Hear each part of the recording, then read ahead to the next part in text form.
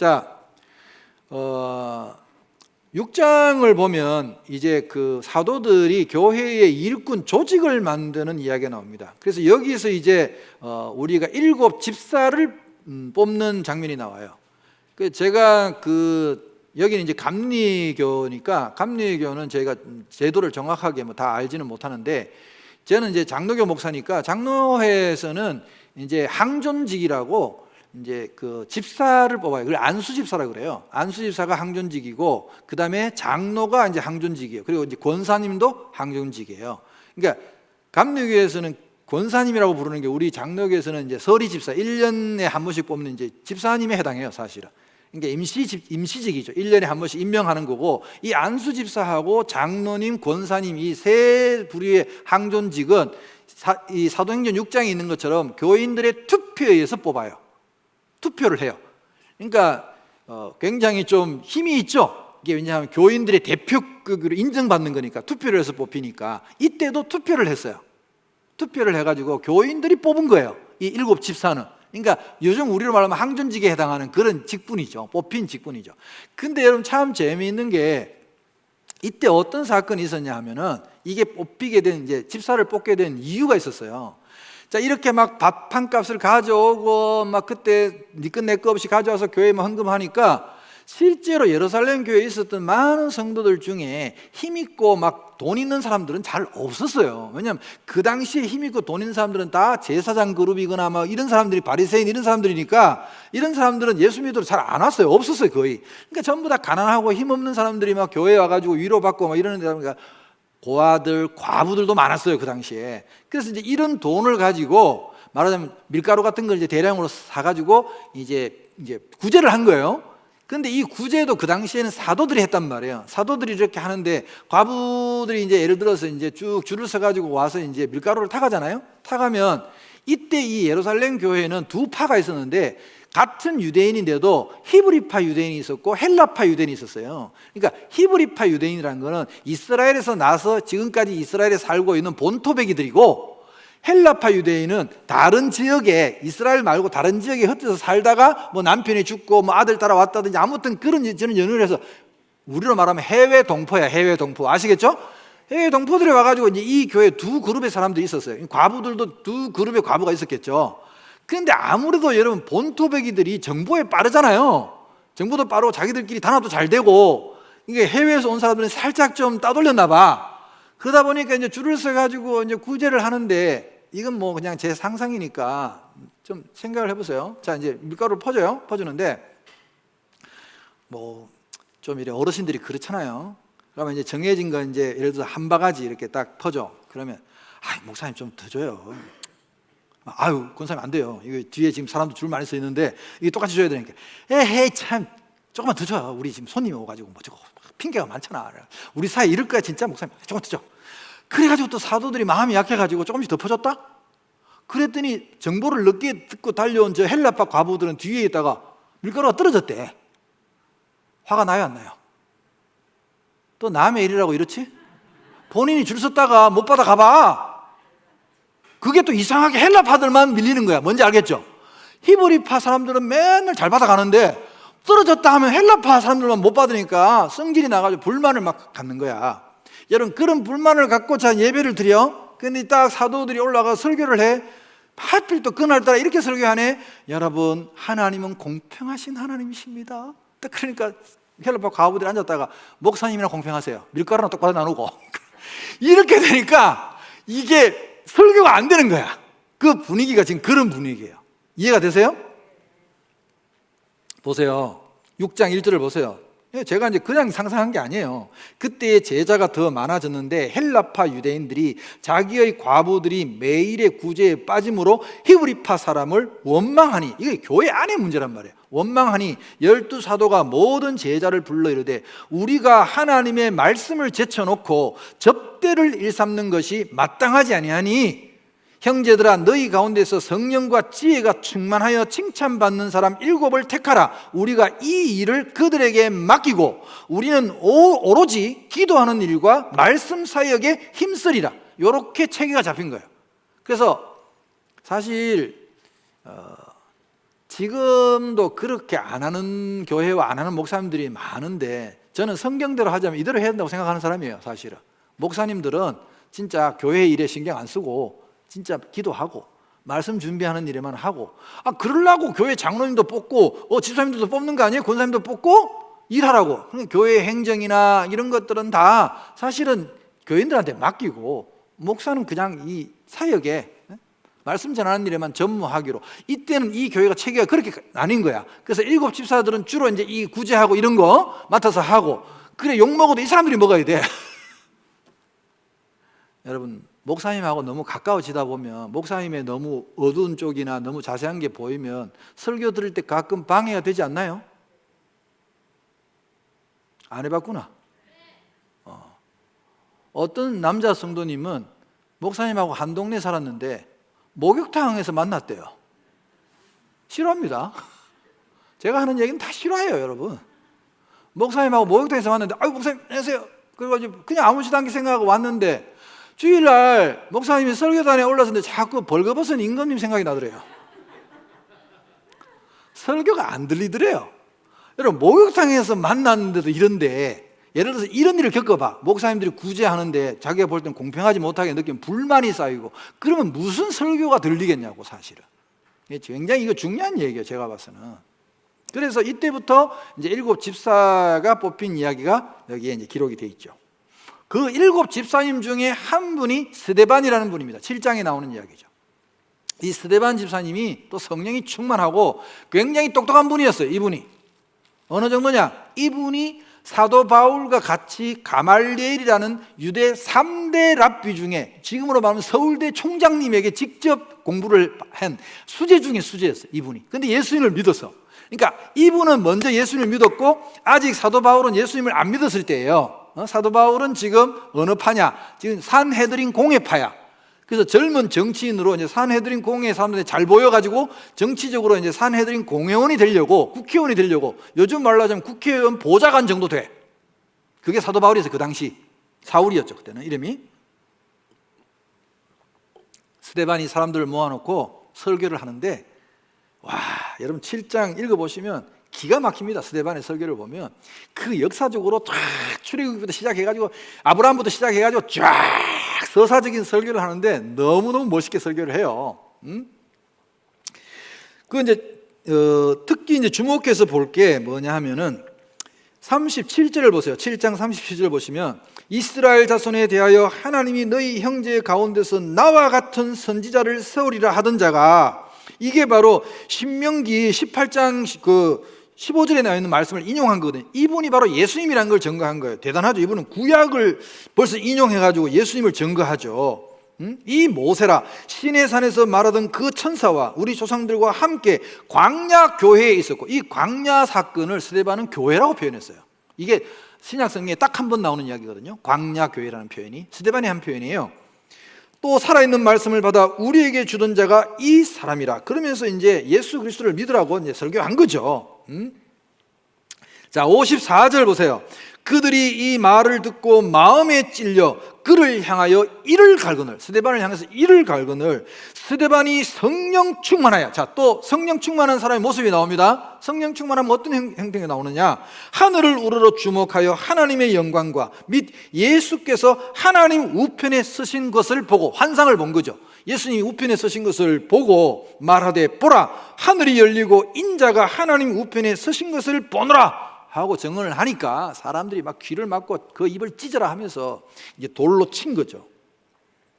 그때 여러분 59절에 보시면, 그들이 돌로 스데반을 치니 스데반이 부르짖어 이르되, 주 예수여 내 영혼을 받으시옵소서. 어디서 많이 듣던 대사 아닙니까? 누가 했던 대사입니까? 예수님이 십자가에서 아버지여 내 영혼을 받으소서, 그거 그대로 한 거야. 그리고는 무릎을 꿇고 크게 불러 이르되, 지금 돌로 사람들이 자기를 때리고 있어요. 그 아픈 가운데서 주여 이 죄를 그들에게 돌리지 마옵소서, 이 말을 하고 죽었어요. 이 죄를 저들에게 돌리지 마옵소서, 이것도 누가 한 대사잖아. 예수님이 십자가 위에서 자기를 못 박은 사람들을 향해서 하신 말씀이잖아. 자, 그러고 보니까 이 스데반 집사의 말로 찐 제자네요. 죽는 순간까지 예수님을 닮고 죽은 거 아니야. 예수님 하신 말씀 그대로 하고 죽은 거 아니야. 내 평생 소원 이것뿐 주의 일 하다가, 우리가 마지막 순간에, 이 마지막 순간에 정말 주님처럼 죽을 수 있다면 그보다 더 큰 복이 어디 있겠습니까? 여러분의 평생 소원이 이 스데반 집사와 같은 마지막 순간까지 예수 그리스도를 본받는, 예수 그리스도처럼 말하고 예수 그리스도처럼 생각하고 예수 그리스도처럼 행동하는 예수의 증인, 예수의 제자가 다 되시기를 축복합니다. 우리가 이렇게 죽어야죠, 마지막에. 그렇지 않나요? 여러분의 평생 소원이 뭐예요? 빌딩 갖는 거예요? 집 사는 거예요? 그게 여러분의 소원이 되어서는 안 되잖아요. 우리의 소원은 예수님 닮는 거잖아요. 예수님 닮는 거. 스데반이야말로 찐 제자였어요. 그러니까 참 그 당시에 이 집사님들이 수준이 거의 사도급이야. 내가 봤을 때는 사도들보다 더 훌륭한 것 같아, 보니까. 가끔 저도 목사지만 솔직히 말씀드려서 교회 집사님들, 권사님들 볼 때 목사님들보다 더 훌륭한 분들이 많아, 솔직히. 야, 저분들은 진짜 목사보다 더 훌륭하다. 네, 그런 분들이 너무 많아, 보면. 스데반 집사 같은 분이 그런 분이죠. 자, 이때 이제 그날에 이제 스데반 집사의 순교로 말미암아 예루살렘에 큰 박해가 일어났어요. 큰 박해가 일어나가지고 사람들이 막 이제 사도들만, 좀 강경한 사도들만 남고 일부들은 다 도망치고 흩어지고, 이제 막 그런 일들이 벌어지죠. 그런 일들이 벌어지고, 이때 이제 주로 사울이, 8장 3절을 보세요. 사울이 교회를 잔멸할세 각 집에 들어가 남녀를 끌어다가 옥에 넘기니라. 실제로 막 옥에 많이 넘겼어요. 사실 넘기고. 그리고 이제 8장에는 어떤 중요한 사건이 하나 있냐 하면 사마리아에 드디어 복음을 전한 사건이 나와요. 사마리아에. 사실 이 제자들이 이 박해가 일어나기 전에는 밖으로 안 나갔어요. 예수님께서, 여러분 어떻게 이야기해서 1장 8절에 온 예루살렘과 온 유대와 사마리아와, 분명히 이었어요. 사마리아와 땅끝까지 이르러 내 증인이 되리라 했는데 이 사람들이 안 나갔다니까요. 처음에는 성령 충만함 받으니까 여기가 좋사오니 하고 자기들끼리 모여가지고 예루살렘 교회가 막 불어나니까, 그때 예루살렘 교회가 교인들이 확확 불어났거든요. 몇만 명이 됐어. 그러다 보니 여기가 좋사오니 하고 안 나갔는데, 주님은 흩어지라고 그랬잖아요. 나가서 땅끝까지 내 증인이 되라고 했는데 안 나가니까, 제 생각은 그래요. 스데반 집사의 죽음은, 순교는 이 기독교 교회에 떨어진 폭탄과 같은 거예요. 폭탄 투하해버리는 거예요. 빵 터지니까 다 흩어져. 어쩔 수 없이 흩어졌어요. 다 강제 해산입니다. 여러분, 강제 해산. 흩어지는 거예요. 여러분, 바벨탑 사건도 그거 아니에요. 뭉치고 안 흩어지려고 그러니까 하나님이 바벨탑을 무너뜨려가지고도 흩어버리잖아요. 언어를 흩어가도 흩어버리잖아요. 그때 제가 그랬잖아요. 그래서 또 따라해 봅시다. 순순히 말할 때 잘 듣자. 괜히 폭탄 맞지 말고 순순히 말할 때 들어야 돼. 그래가지고 이 제자들이 흩어져가지고 결국 빌립이라는 집사, 여러분 제자 빌립도 있는데 제자 빌립 말고 7 집사님 중에 또 빌립이라는 집사님이 사마리아로 갔어요. 도망갔는데 사마리아로 간 거야. 사마리아로 가가지고 거기서 교회를 세웠는데 거기서 폭발적으로 교인이 불어난 거예요. 또 막 사마리아 사람도 믿었겠죠. 많은 사람들이 막 와가지고 막 예수를 믿고 막, 그러니까 빌립 집사님이 예루살렘에 있던 사도들을 초청을 했어요. 베드로하고 초청을 해가지고 사도들이 그 반가운 소식을 듣고, 야, 이제 드디어 진짜 사마리아에도 복음이 들어왔구나, 사마리아 사람도 예수를 믿는구나 하고, 거기서 이제 안수를 하니까 막 사람들이 또 막 성령 충만해가지고 막 방언도 하고 막 사람들이 막 충만하니까, 그때 이제 그 시몬이라는 사람이 있었는데 18절에 보면 시몬이 사도들의 안수로 성령 받는 것을 보고 돈을 들여 이르되 이 권능을 내게도 주어 누구든지 내가 안수하는 사람은 성령을 받게 하여 주소서. 돈 주고 성령을 사겠다고, 돈 주고 능력을 사겠다고 하니까 베드로가 네가 하나님의 선물을, 그런 걸 보면 여러분 성령 충만, 성령의 은사 이런 건 다 전적으로 하나님의 선물이라는 걸 알 수 있어요. 네가 하나님의 선물을 돈 주고 살 줄로 생각하였으니 네 은과 네가 함께 망할지어다. 하나님 앞에서 네 마음이 바르지 못하니, 네 동기가 불순하다는 거야. 여러분, 성령 충만함을 받겠다는 그 동기가 너무 불순하다는 거야. 그래서 바르지 못하니 이 도에는, 이 도는 십자가의 도를 말하는 거죠. 이 도에는 네가 관계도 없고 분깃될 것도 없느니라. 그러므로 너의 이 악함을 회개하고 주께 기도하라. 혹 마음에 품은 것을 사하여 주시리라. 내가 보니 너는 악독이 가득하며 불의에 매인 바 되었도다. 시몬이 대답하여 이르되 나를 위하여 주께 기도하여 말한 것이 하나도 내게 임하지 않게 하소서 하니라. 사건은 여기서 이렇게 끝났지만 사실 초대교회 이야기를 들어보면 결국 이 시몬이 나중에 이단이 됩니다. 이런 마음을 갖고 있으니까요. 이 하나님의 능력을 가지고 자기를 높이는데, 원래 이 사람이 마술사 출신이었거든요. 사람들에게 막 인기를 끌던 마술사 출신인데 자기는 사실 마술은 눈속임이잖아요. 눈속임인데 이 사도들이 하는 거 보니까 찐이거든. 그러니까 이 능력을 얻고 싶은 거예요. 왜? 이 능력으로 또 많은 사람들에게 인기를 얻으려고. 그 동기가 불순하다고 이야기하고, 나중에 이 사람은 결국 이단 교주가 됩니다. 이곳에서 이제 막 사마리아 교회가 엄청 부흥을 했죠. 근데 성령께서 빌립에게 이해가 안 되는 명령을 내립니다. 자, 빌립이 여기서 교회를 개척해가지고 그래 수천 명을 교회를 부르놨는데 성령께서 너 이제 여기 사표 내고 그만하고 너는 광야로 가라 그래요. 광야로. 아, 이게 말이 됩니까? 지금 한참 이제 교회가 부르나 신나게 재미있게 지금 사역을 잘해야 되는데 사표 내고 광야로 가라는 거야. 근데 여러분, 그 당시에 성령 충만한 사람, 빌립을 비롯해서 성령 충만한 사람들은 그런 것에 조금도 개의치 않았어요. 성령이 충만한 사람은 뭐 어떤 사람일까요, 여러분?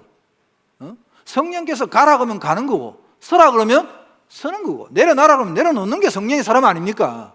그게 성령 충만한 것 아닙니까? 성령에 민감하고 성령의 말씀에 순종하는 사람이 성령의 사람이죠. 능력이 있다고 성령의 사람이 아닙니다, 여러분.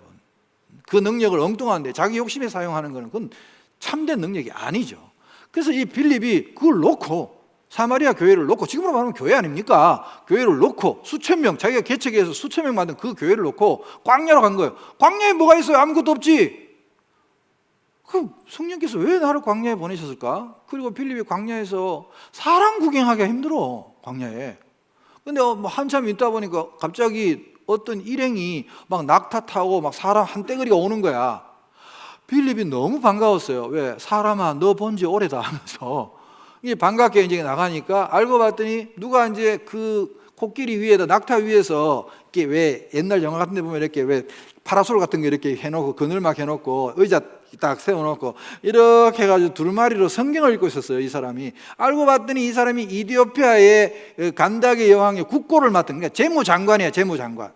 근데 이 사람이 어떻게 하나님을 믿어서, 유대교를 믿었겠지, 그 당시에. 유대교를 믿으니까, 유대교를 믿으면 이방인이 꽤 있었거든요, 그 당시에도.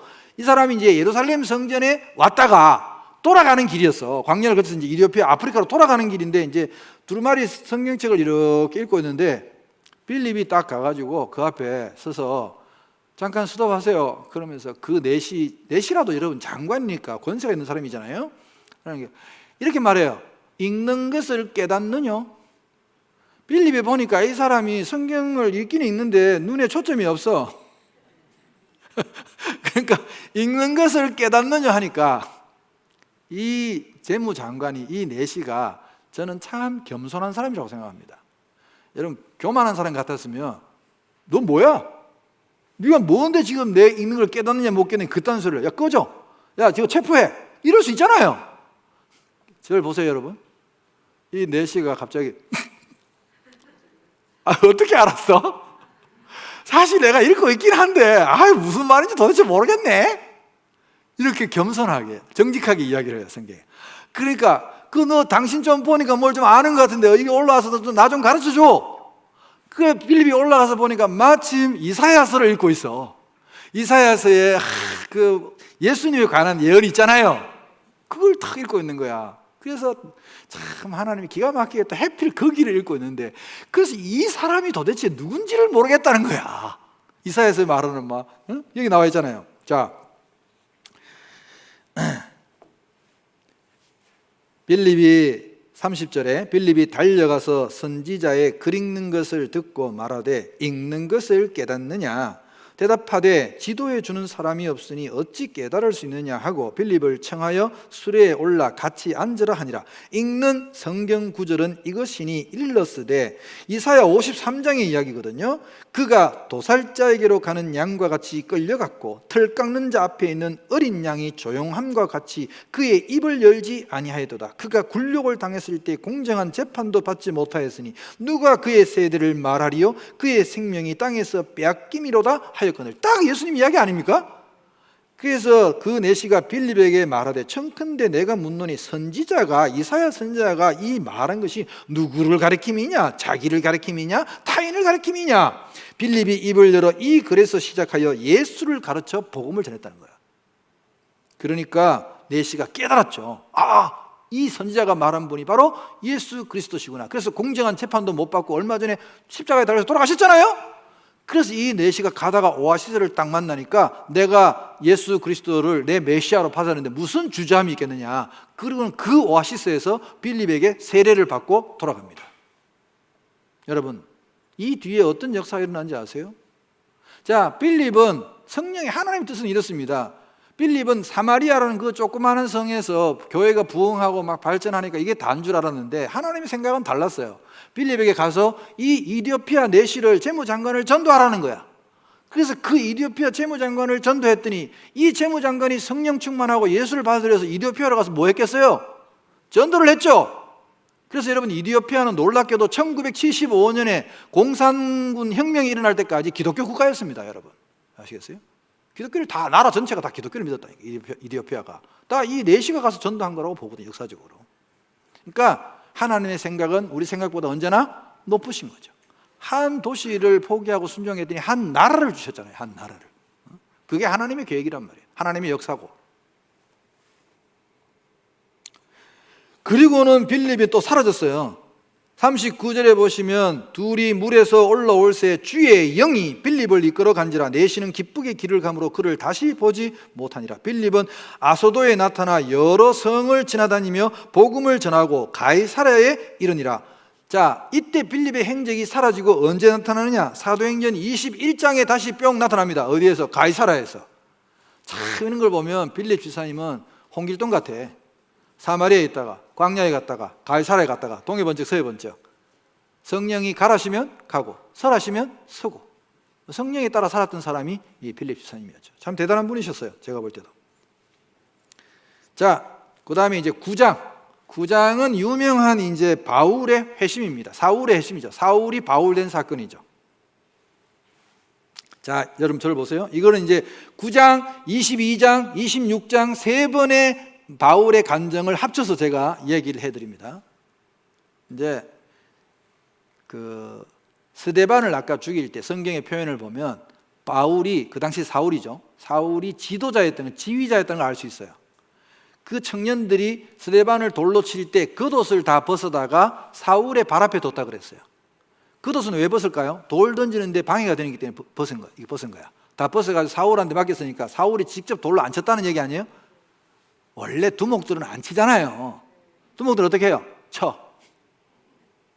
다들 안 해봤으니 알 수가 있나? 다 그 행동 대장들이 나가서 치는 거지. 두목은 그런 짓 안 합니다. 그냥 쳐. 그럼 탁 나가죠. 영화에 많이 나오잖아. 그러니까 바울이 대장이었어요. 그러니까 이 사건으로 산헤드린 공회에서 인정을 받으니까 바울이 여기서 한 걸음 더 나가가지고 그때 막 흩어지잖아요. 흩어진 기독교인들을 다 잡으려고 이제 공문을 받은 거야. 체포 권한을 공문을 쥐고 사도 바울이 쫓아가는 거야. 지금의 시리아의 수도 다마스커스, 성경에는 다메섹이라고 나와요. 그 다마스커스까지 잡으러 가는 거야. 이제 도망친 이제 그리스도인들을 잡으러 막 기세 등등 해가지고 군사들 이끌고 가는 거야. 그 군사들은 주로 산헤드린 공회에 소속된 군사들이에요. 군사를 이끌고 부하들을 이끌고 가는 거죠. 또 그런데 그 한낮이었어요. 해가 중천에 떠 있는 한낮에 갑자기 햇빛보다 더 밝은 빛이 사울을 비췄어요. 햇빛보다 더 밝은 빛. 예수 그리스도의 빛밖에 없죠. 예수님이 내가 빛이라고 그랬으니까. 환한 빛이 비추면서 사울은 그 자리에서 사실은 눈이 멀어버렸어요. 그러면서 소리가 들렸죠. 자, 9장에 한번 봅시다.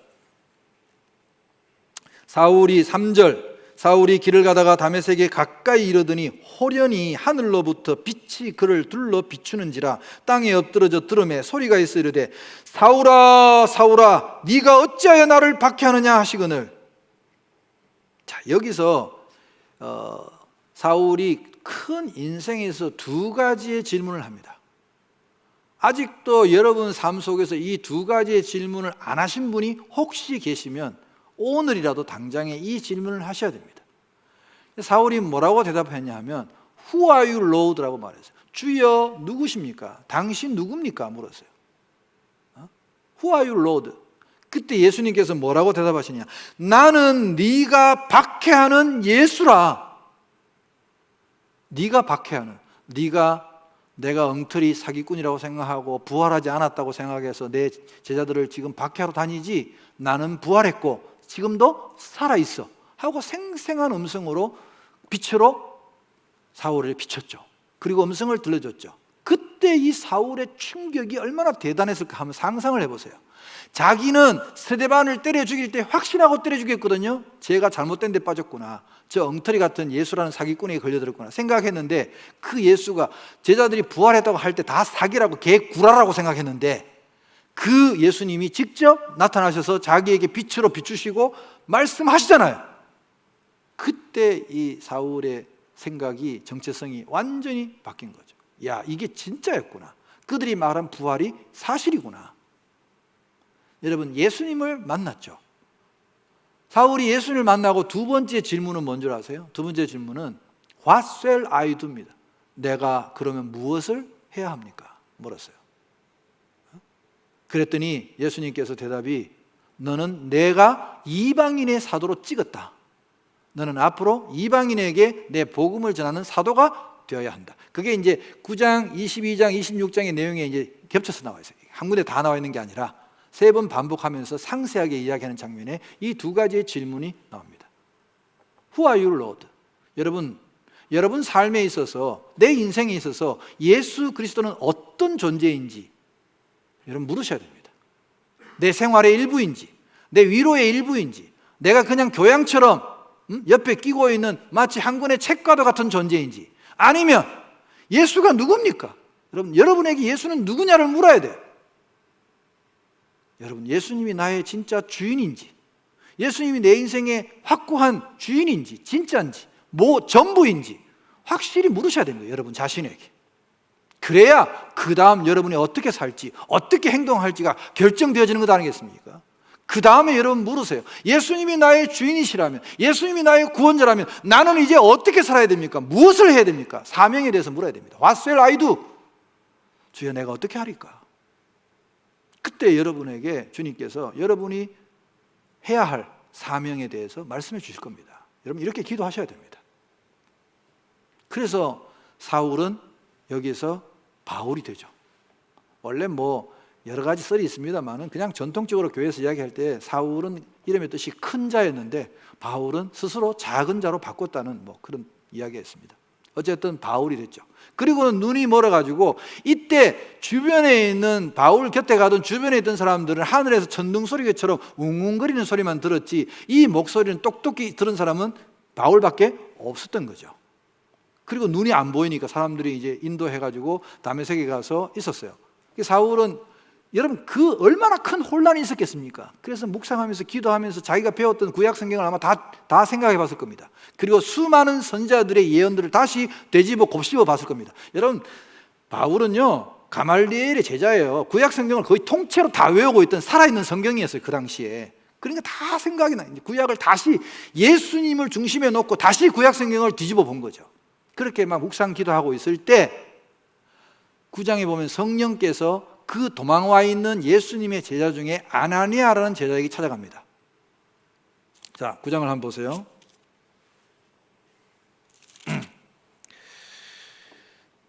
10절. 그때에 다메섹에 아나니아라 하는 제자가 있더니 주께서 환상 중에 불러 이르시되 아나니아야 하시거늘 대답하되 주여 내가 여기 있나이다 하고 대답을 하니까 주께서 이르시되 일어나 직가라 하는 거리로 가서 유다의 집에서 다소 사람 사울이라 하는 사람을 찾으라. 그가 기도하는 중이니라. 그가 아나니아라 하는 사람이 들어와서 자기에게 안수하여 다시 보게 하는 것을 보았는데, 이미 이걸 가르쳐줬다는 거야. 아나니아라는 사람이 와서 네 눈을 뜨게 해줄 거다. 그게 내가 너에게 보여주는 확실한 증거다 하고 성령께서 말씀하신 거죠. 제가 교회에서 예전에 이걸 저는 이제 설교를 하면 사도행전 시작하면 처음부터 끝까지 이렇게 쭉 강해 설교를 주로 좋아해서 하니까 대하 설교를 하죠. 차례대로 쭉 설교를 해요. 성경 한글 전체를 다 설교를 하는데, 우리 아동부 아이가 하나 있다가 이제 순수하니까 그렇게 묻는 거였죠. 목사님, 아나니아도 부활했어요? 나 처음에 그게 무슨 말인지 몰랐어. 진짜로 몰라고. 내가 당황을 했어요. 아나니아가 부활 안 했는데? 그러니까 아니 저기 앞에 5장에서 아나니아가 죽었잖아요, 목사님? 와, 내가 그때 순간에 빵 터져가지고 그래, 이제 그 질문을 이해를 했어요. 그래, 무슨 말인지 알겠어. 근데 철수야, 너 학교에 가면 철수라는 이름이 또 있지? 그러니까 맞아요, 우리 반에 철수 또 있어요. 나는 김철수, 걔는 박철수. 그래, 그 아나니아 같은 이름이지 같은 사람은 아니하니까. 아하, 혹시 오해하실까 봐 이야기하는 거예요. 그 아나니아 아닙니다. 다른 아나니아예요. 그 아나니아는 죽었어요, 여러분. 그래서 아나니아에게 말하니까 여기 또 성령 충만하면 나타나는 현상에 저는 이런 걸 너무 좋아해요. 그리고 이런 걸 여러분에게 꼭 소개하고 싶었어요. 성령 충만한 것이 단순히 뭐 방언하고 막 예언하고 병 고치고 이런 것만 있는 게 아니에요. 물론 이런 것도 속해요. 그렇지만 그런 것만 있는 게 아니라고요, 여러분. 성령 충만한 사람, 아나니아에게 예수님이 나타나셔서 이야기하잖아요. 그러니까 아나니아가 뭐라고 그러냐 하면 13절 보세요. 아나니아가 대답하되 주여, 이 사람에 대하여 내가 여러 사람에게 듣사온즉 그가 예루살렘에서 주의 성도에게 적지 않은 해를 끼쳤다 하더니 여기서도 주의 이름을 부르는 모든 사람을 결박할 권한을 대제사장들에게서 받았나이다 하거늘 주께서 이르시되 가라. 이 사람은 내 이름을 이방인과 임금들과 이스라엘 자손에게 전하기 위하여 택한 나의 그릇이라. 나의 그릇이라. 여러분, 이 이야기가 나중에 바울이 그릇에 대한 이야기를 합니다. 큰 집에는 그릇들이 많이 있는데 금그릇도 있고 은그릇도 있고 질그릇도 있는데 그 중에서 주인이 사용하는 그릇은 깨끗한 그릇이라고 표현을 해요. 그릇 이야기를 왜 많이 하나 봤더니 여기 나와 있잖아요. 예수님께서 바울에게 그가 나의 택한 그릇이라고 했을 때 아마도 이 질그릇을 이야기할 때 바울은 자신을 질그릇이라고 생각했을 겁니다. 질그릇 같은 나를 주님께서 사용하셨다는 것을 말하고 싶었겠죠. 그가 내 이름을 위하여 얼마나 고난을 받아야 할 것을 내가 그에게 보이리라 하시니 아나니아가 떠나 그 집에 들어가서 그에게 안수합니다. 이때 여러분 이 대사를 보세요. 아나니아는 방금 못 가겠다고 했습니다. 왜? 사실 사울은 우리 믿는 형제들을 본다면 원수 아닙니까? 스데반을 때려 죽이고 많은 사람들을 감옥에 끌어가서 죽였던, 박해했던 원수 중에 원수 아닙니까? 근데 그 원수에게 가서 눈을 띄워주라니 난 못하겠습니다. 그래서 처음에. 근데 예수님께서 가라고 하셨어요. 아나니아가 순종해서 갑니다. 그리고 여러분 이렇게 말합니다. 형제 사울아. 원수인데 형제 사울아, 주 곧 네가 오는 길에서 나타나셨던 예수께서 나를 보내어 너로 다시 보게 하시고 성령으로 충만하게 하신다 하니 즉시 사울의 눈에서 비늘 같은 것이 벗어져서 다시 보게 되어서 세례를 받았다고 기록되어 있습니다. 저는 이때 이 장면을 보면서 이런 생각을 했습니다. 이건 그냥 제 생각이에요. 여러분이 뭐 동의를 하시든 안 하시든 그건 상관없어요. 사울의 눈에서 비늘이 벗겨졌다고 성경은 기록하지만 사실은 아나니아의 눈에 있던 비늘도 벗겨졌다고 저는 믿습니다. 아나니아가 원수라고 생각했던 그 편견, 그때 아나니아는 깨달았겠죠. 주님께서 원수도 사랑하라고 하신 그 말씀, 원수를 위하여 축복하라고 하신 그 말씀의 뜻을 이해했겠죠. 그렇게 축복하고 그에게 기도하니까 사울의 비늘이 뭐겠습니까? 사울이 가졌던 편견과 잘못된 그 고집스러움이 다 벗겨지고 예수 그리스도의 가장 훌륭한 제자가 되지 않았습니까? 실제로. 여러분, 기독교는 사실상 예수님이 물론 주인이시지만 기독교라는 이것을 세운 절대적인 사람은 바울입니다. 바울이 없었더라면 기독교라는 종교는 존재하지도 않았을지도 모릅니다. 물론 뭐 하나님께서 다른 사람을 통해서도 할 수 있었겠지만, 특히 이방인인 우리에게 이 복음이 여기까지 오게 된 데는 바울이 1등 공신이라고 해도 아무도 부인 못합니다. 참 그런 대단한 사건이 여기에 있었던 거죠. 그래서 사울이 처음에는 막 다메섹에서 전도하고 막 성령 충만해가지고 얼마나 전도하기 좋았겠어요. 내가 말이야 간증 집회를 주로 다녔던 거예요. 내가 원래 예수님 박해하던 사람인데 내가 예수님 믿게 됐다고 막 그때 다메섹 체험을 이야기하고 간증을 하고 했겠죠. 근데 그게 나중에 가면 이제 시들시들해진 거예요. 아무도 바울을 받아들이지 않았어요, 실제로. 그래서 전도하다가 시들시들해져가지고 바울은 자기 고향인 다소로 갑니다. 아무도 안 받아줬어요, 형제로. 의심하기도 하고. 그래서 바울은 무려 최소한 10년에서 길게는 13년까지, 학자마다 의견이 조금씩 다르니까 최소한 10년에서 13년 동안 아무도 자기를 사역자로 써주지 않습니다. 사도로 인정해주지도 않았고, 고향 다소에서 요즘 우리 뭐 배우들로 말하자면 무명 생활을 오랫동안 했습니다. 그렇게 하다가 나중에 11장에 가면 그 안디옥 교회에서 바나바가 너무 안디옥 교회가 부흥하니까 사역자가 필요해서 바울을 생각하고 다소까지 가서 바울을 스카웃해서 옵니다. 그래서 무명생활 13년 끝에 바울이 안디옥 교회에서 본격적으로 사역자의 길을 걸어가게 됩니다.